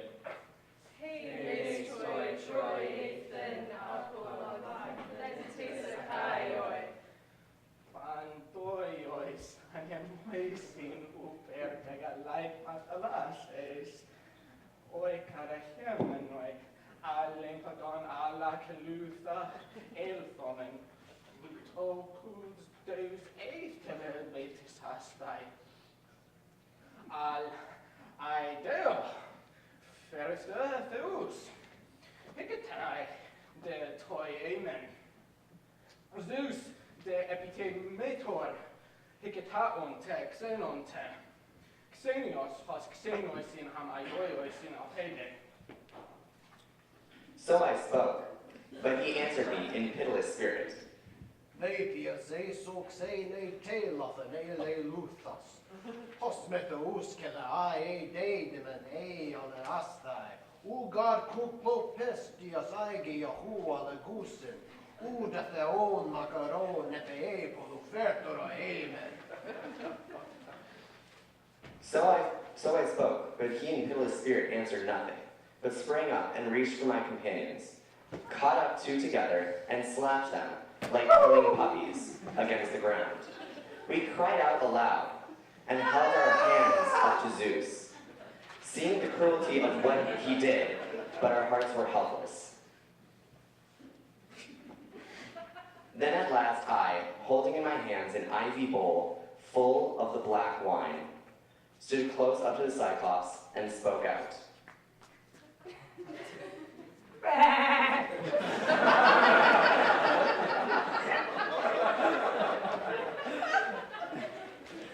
Kuklobs tebie oinane pepages andromea crea, ofreites hoion dipoton doreneius ecce kype. E meteres oi dauloi benferon emele esas, oikal pempseas sude maine ai uketa nektos, sketli e poskentis sekä husteron alus e koita, antro ponvale on epe ukata moirane rexas. So he spoke, and I gave him the gleaming wine again. 3 times I brought it to him and gave it to him. 3 times he recklessly drained it. But when the wine had gotten to the brains of the Cyclops, then I spoke to him, and my words were full of beguilement. Kuklobs, eolas moroma Pluton autar egotoi, exereo, studemoidos xenion, hos per hupestes. Utis emoi gonoma, utin demecicles scusi, meter et pater et aloi pantes et aeroi. So I spoke, and he answered me in pitiless spirit. Uuten de go på matane de mai met de hoiseta roisen. Tus da lus prasten, ta de toix ei nei a nestai. He spoke and slumped away, and fell on his back and lay there, with his thick neck crooked over on one side, and sleep captured him. Then I waited for the beam to heat, and when it was nearly at the point of catching fire, still waiting for it to heat, terribly incandescent, I brought it close up from the fire, and my friends about me stood fast. Some great divinity breathed courage into us. They seized the beam of olive, sharp at the end, and leaned on it, into the eye, while I, from above, leaning my weight on it, I twirled it in Polyphemus' eye. The blood boiled around the hot point, and the fire made the roots of his eye crackle. Polyphemus gave a horrible cry. Oh! And we scuttled away in fear. He pulled the timber out of his eye. Then, when he had carefully taken it in his hands and thrown it away, he cried aloud to the other Cyclops, who live around him in their own caves along the windy pinnacles. Cyclops, Cyclops, no one is hurting me! I then, Odysseus, managed to leave the cave by hiding myself through Polyphemus's sheep.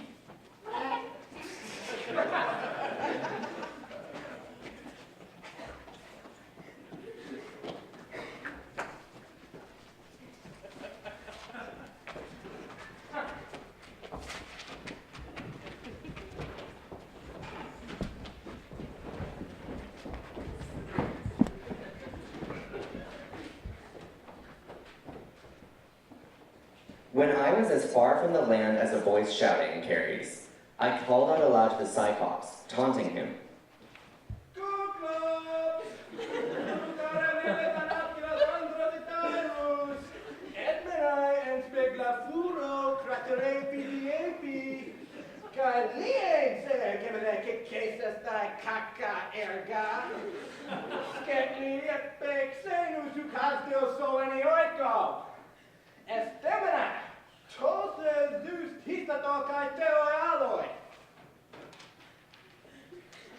But when we had cut through the sea to twice the previous distance, again I started to call to Cyclops.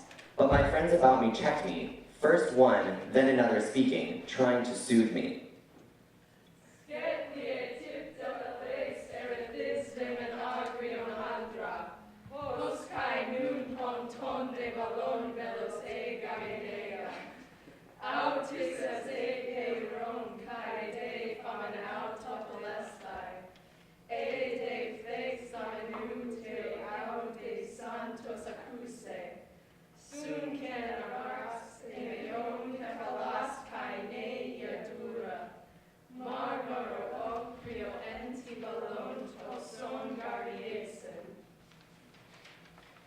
So they spoke, but could not persuade the great heart in me. But once again, in the anger of my heart, I cried to him.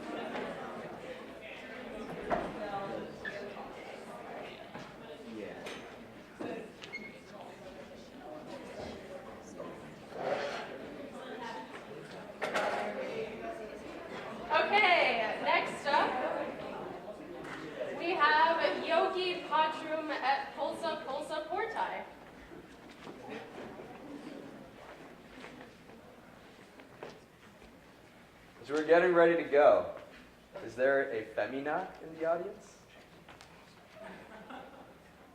Well, this is for all of you. Okay. Hey girl, are you the third principal part? Because I think you're perfect.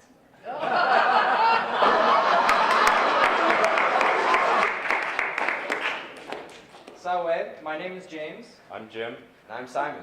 But together, we are the Tres Amigos.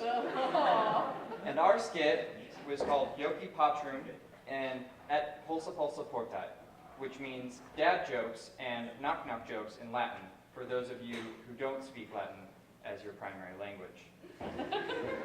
Just a heads up, there will be audience interactiones, so make sure you are paying attentiones.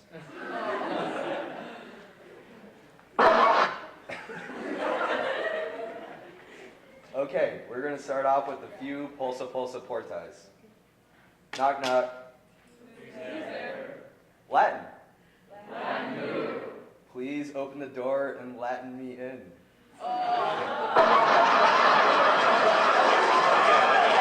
We have another. Knock knock. Who's there? Magister Miseric. Magister Miseric. Mali discipuli, responde in linguam latinam.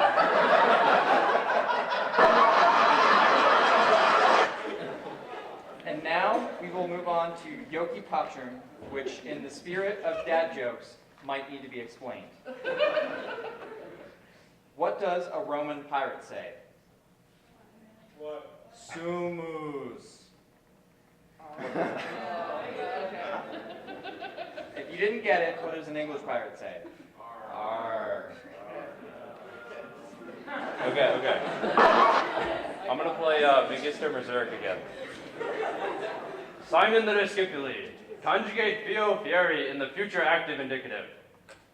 Because that is such an irregular request, I have to decline. Okay, so now we're going to do a Catalan joke. So Simon's going to be Cicero, I'm going to be a senator, and James is going to be a senator that showed up 15 minutes late.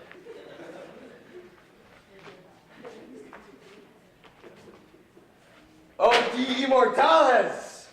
Ubi nam gentium sumus, quam rem republicam habemus, in qua urbe vivimus. What's going on? You showed up 15 minutes late. Sorry, my slave got the time wrong. What is he talking about? I have absolutely no idea. He's been going on for the last 15 minutes. He hasn't gotten to the verb yet. All right, so now who wants an Odyssey joke? Why did Paris break all of his teeth? Why? Because he tried to bite a golden apple. Okay. All right. We promise this is our last one. This is an Iliad joke. I'm going to be a dog owner. James is going to be my dog, and Simon is going to be the next door neighbor.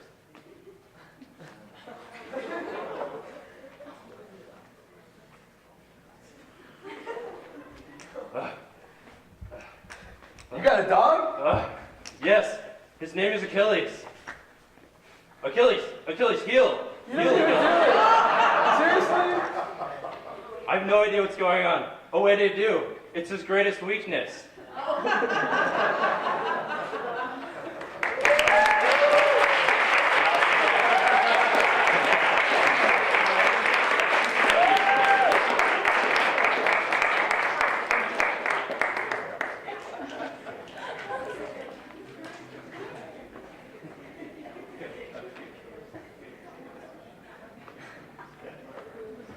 Okay, so next up we have the humor artists. And I will introduce them with a joke of my own. A man walks into an ancient Greek tailor with a pair of pants. The tailor says, "Euripides?" The man goes, "Yeah, Eumenides?"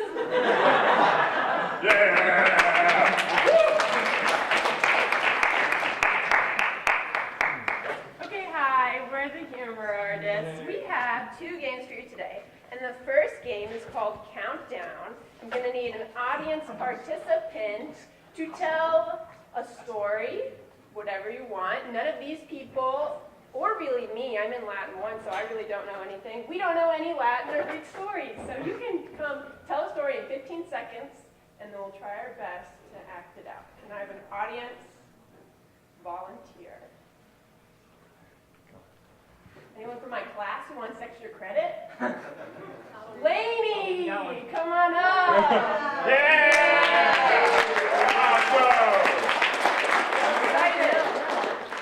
Okay, Lainey, you're gonna have 15 seconds to tell any story you want, as much detail as you can. And this is all in Latin, right? Oh, no. No. Okay, go ahead. I'll time you, but like generously. Go ahead. Okay, I'm going to have to tell just a classic story of the Trojan War. Okay. Let's start with the marriage of, oh my God, Peleus and his wife, Thetis. And then Eris isn't invited to the wedding because she's the goddess of discord, and they think she might not be a great, audition to a party, might throw in a little discord. So she doesn't get invited to the party, and she's really angry about it. So she takes a golden apple, says, "To the fairest," and throws it up. And the goddesses are like, "Oh, well, who's the fairest?" And it's a fight between Athena, Hera. That is perfect right there.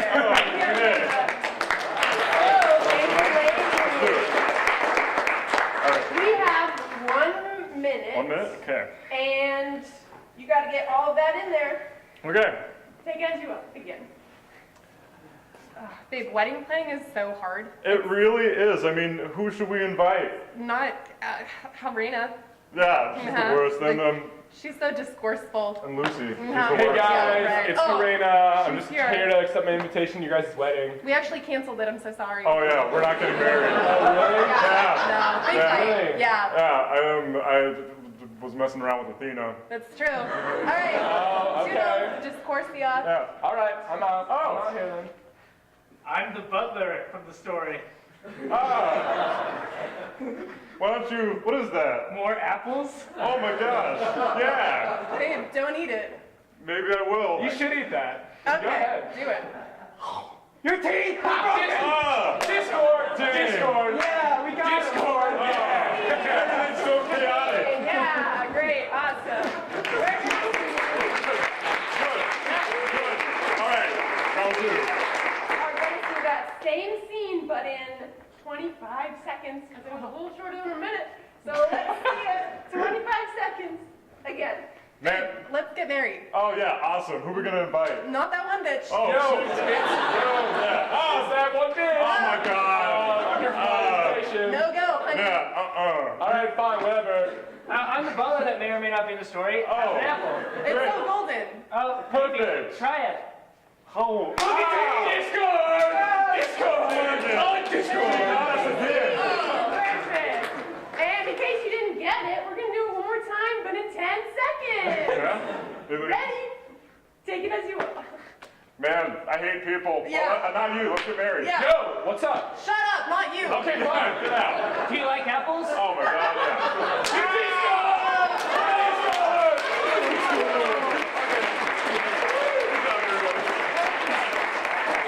Okay, we have one more game called Blind Line. And all my friends from my Latin 1 class wrote these lines on pieces of paper. So how it's going to work is I'm going to drizzle them on the floor and take a suggestion for a normal scene, and at any point our improvisers can pick up a line and say it. Can I have a prompt for something you might find in your garage?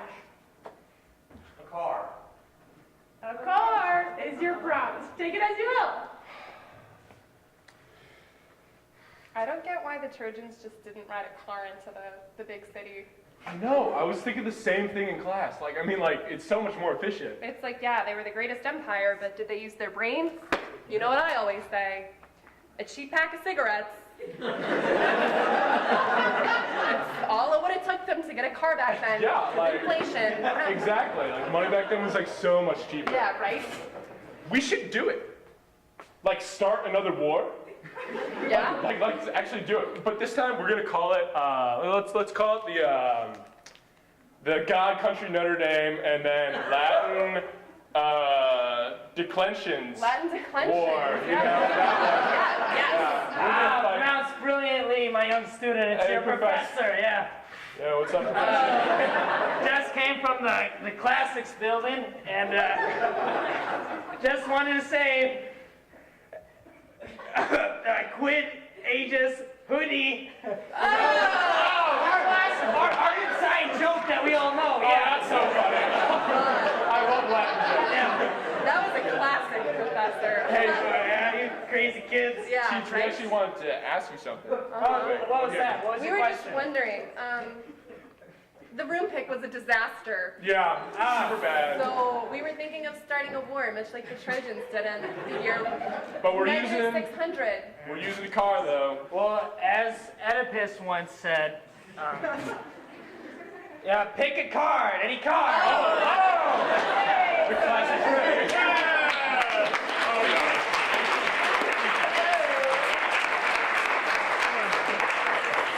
Together we are the humor artists, but individually we are Jake, Sawyer, Declan, Haley, and Hope. Thank you so much. Oi, oi. Oi, oi. Good.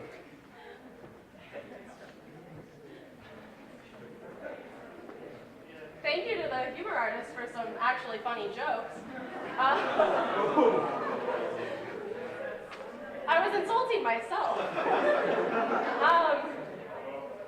So, second class, we have the liturgical choir.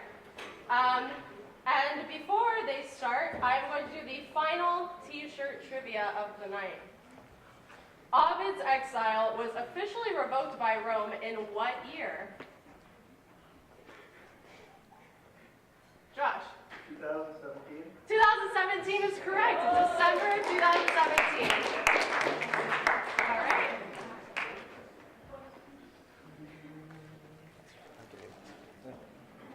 So we're the force of the sophomores in the liturgical choir, and we'll be singing a piece by Palestrina called Alma Redemptoris Mater. Please enjoy. Alma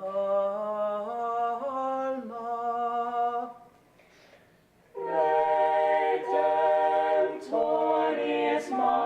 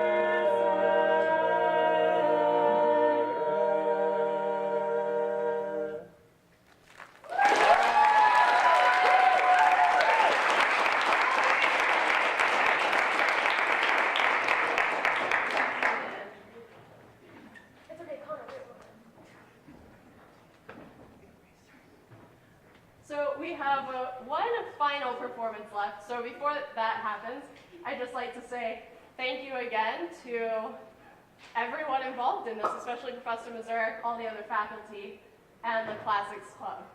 So to introduce this final scene, here is Connor Riley.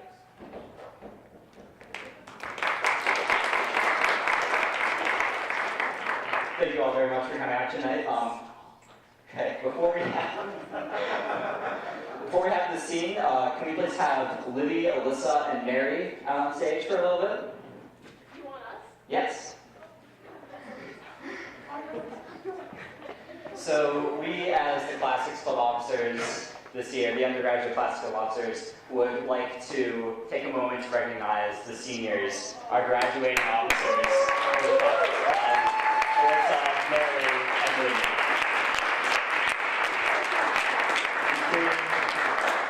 These three have been the heart and the soul of the Classics Club all year. If any of you went to the soccer game, if you went to the junior Kirtamen, if you went to Saturnalia, any of that, these three are the ones behind it. They've done the hard work of planning it. They've been dealing with the demonic entity that is SAO. They have been working so hard to do all of this, and tonight was their tour de force. This was the biggest event that we've had all year, and the three of them just really came out and pulled it all together. So you have them to thank for this great night of entertainment.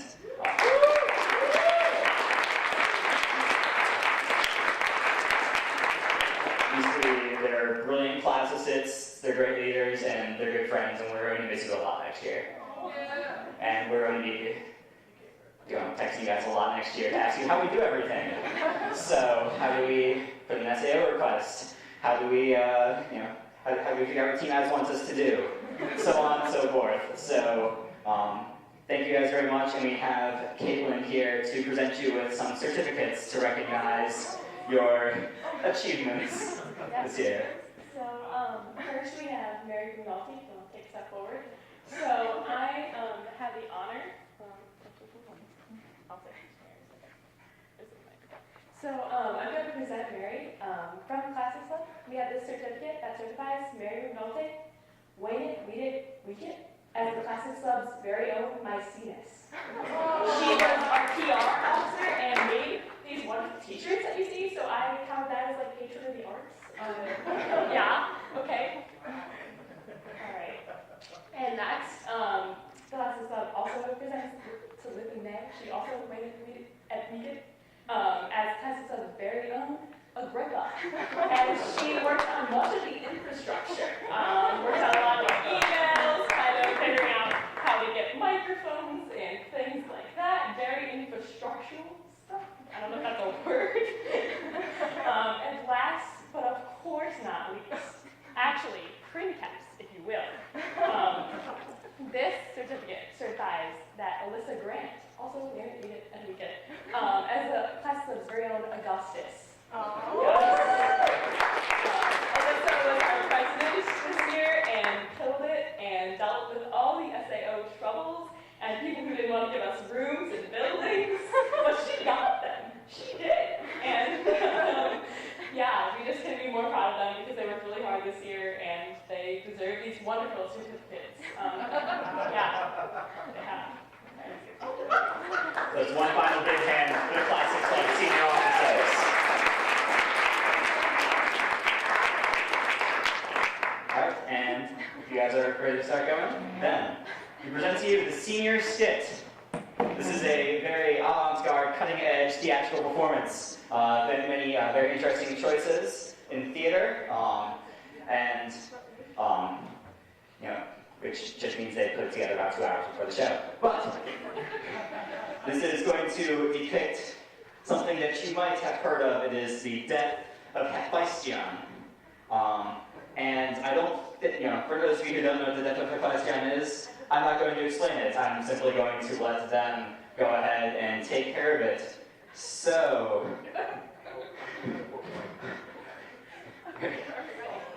without further ado, the senior skit. This is the last time you'll see these people on the stage. The death of Hephaestion.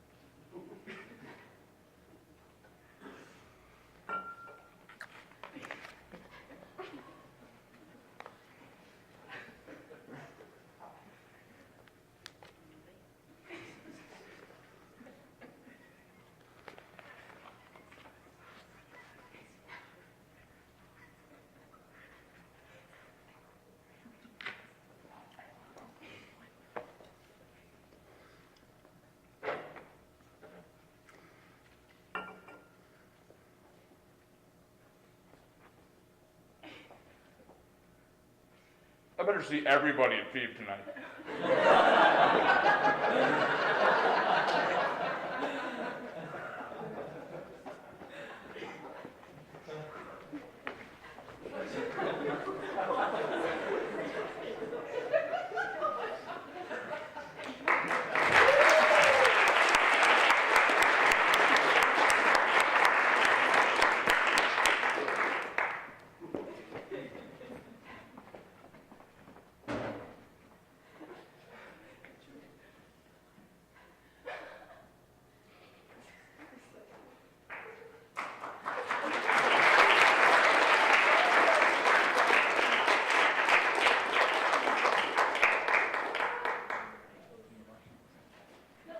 All right, that is the end of the Sound of Classics. Thank you all for coming out tonight.